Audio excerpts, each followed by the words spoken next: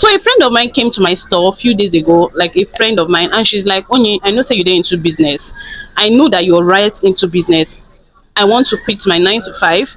I have 2 million naira at hand. Can you suggest, or just put me through on some businesses I can go into that will give me return, and that is profitable currently, considering the Nigerian economy and all that. I said, okay, let's go into work. And guys, it was a very good section, a very long section. We tabled down things, we checked through and through, and I said, you know what, let me come share some of these businesses on here with my subscribers on YouTube. Some of you have this money, but you're thinking, what type of business should I go into? Is it scalable? Is it profitable? Is it da, da, da, is it da, da, da? That's why I have this video here. So if you're interested in video like this, please bring your seat closer. I have like 4 businesses right here. She actually picked from this 4. I'm going to tell you the one she picked at the end of this video. She picked from this 4, and she's starting anytime soon. She has 2 million naira. Now, among these 4, there is nothing like importation, so we are not importing anything. For somebody that is just starting, I am not even telling you to go into importation. No, we are not importing nothing. The first one is kitchen equipment, kitchen utensils. Let me tell you guys why we consider this particular product. We know that there are a lot of kitchen equipment in the market that people don't even know about, but they are good kitchen equipment that we need in our homes. People don't know about them, a whole lot of them. Most homes currently don't even know why they should buy an air fryer. They don't know the importance of an air fryer. They don't know what air fryer can save for them when it comes to money, when it comes to health. They don't know, and they don't have it. So people need to know about this product. I think people are not, or people that are into this business are not creating content, educating people why they need this equipment. We have knife sharpener that you can have at home. We have induction cookers that doesn't consume a whole lot of electricity. I got one recently and I've been loving it. These are stuff that you can buy and resell with good profit margin. You don't need to import. You can buy from wholesalers. Either you want to resell the fairly used ones or the brand new. And I think I told my friend, if this is the one you want to go into, you can start with the fairly used kitchen ones that you can get from Alaba International Market. I know somebody that is into it, and it's been good.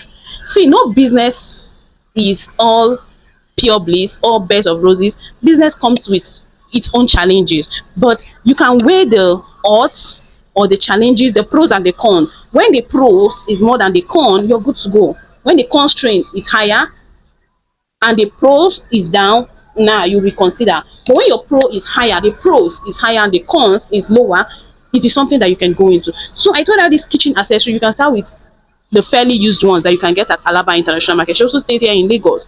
You go to Alaba, meet these importers, go to them, people that bring in container. When they bring in, you tell them you want to do this. You pick different types of kitchen equipment, kitchen utensils, you bring them, and she wants to sell them online because she doesn't want to rent a physical store now. She has just 2 million. And I said, good, you don't need a physical store. You can create your page on Instagram, on TikTok, come talk about this product. Now you're selling air fryer, you create content telling people why they need air fryer, the importance of air fryer when it comes to saving oil, not consuming lots of oil. Air fryer is your best option, blah blah blah. You create those content. These are things that will help you sell this product, and you sell with good profit.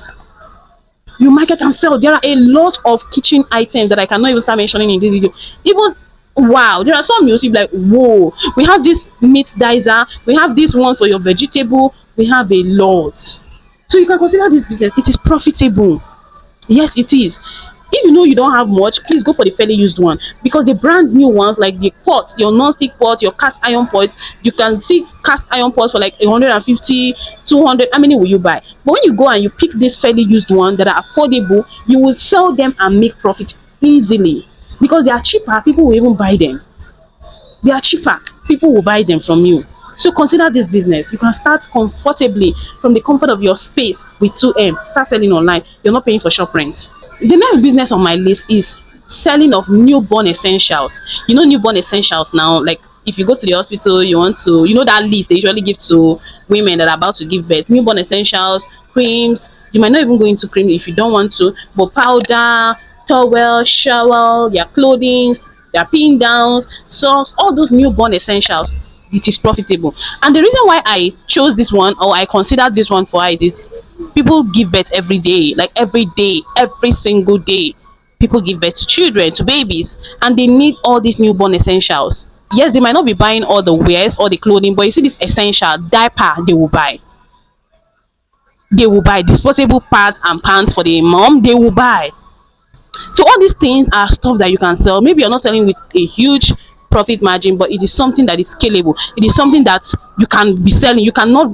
There is no time that it's not a season for people selling newborn essential. Every day is season for them. But for this business, I would advise if you have a physical store in a good location. If you have a physical store, it will go a long way for you. Because you're creating content or selling them online one like that, people like walking in, seeing what they are buying, right? Especially if it's close to all these maternity homes or market, busy markets, you have your small store there. You can start from there. You can have a physical store and still be selling online. For this particular business, you can have a physical store and still be selling online. People like to walk in, feel what they are buying. For newborn now, they want to see the quality, they want to feed it. You know that time, they love that time self, that newborn shopping stuff, they love it. Expecting moms, they love that period. When they go to the store, they are picking stuff for their newborn babies, they love it. So you can consider this business. The next is poultry farm.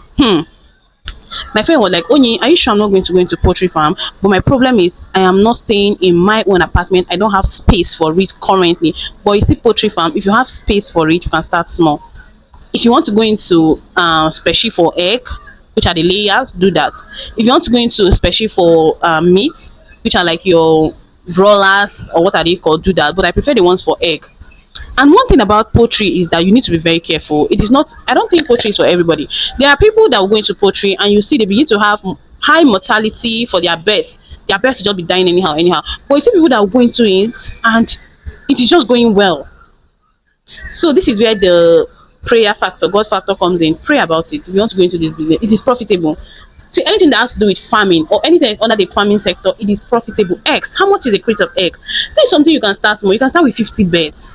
I have a friend in Gjuys that is currently into this business. I mean, she's doing well. She's doing well. She's into this business. So if you know you have space, this is something you can do. Give it a shot. Try it out. You will not even exhaust your 2 million. You can build a cage or a house, a penthouse or something. You construct a cage. You might not spend all your 2 million. At least you can start with 1 million. Start small and see how it goes. Then you add the remaining money, boost your business.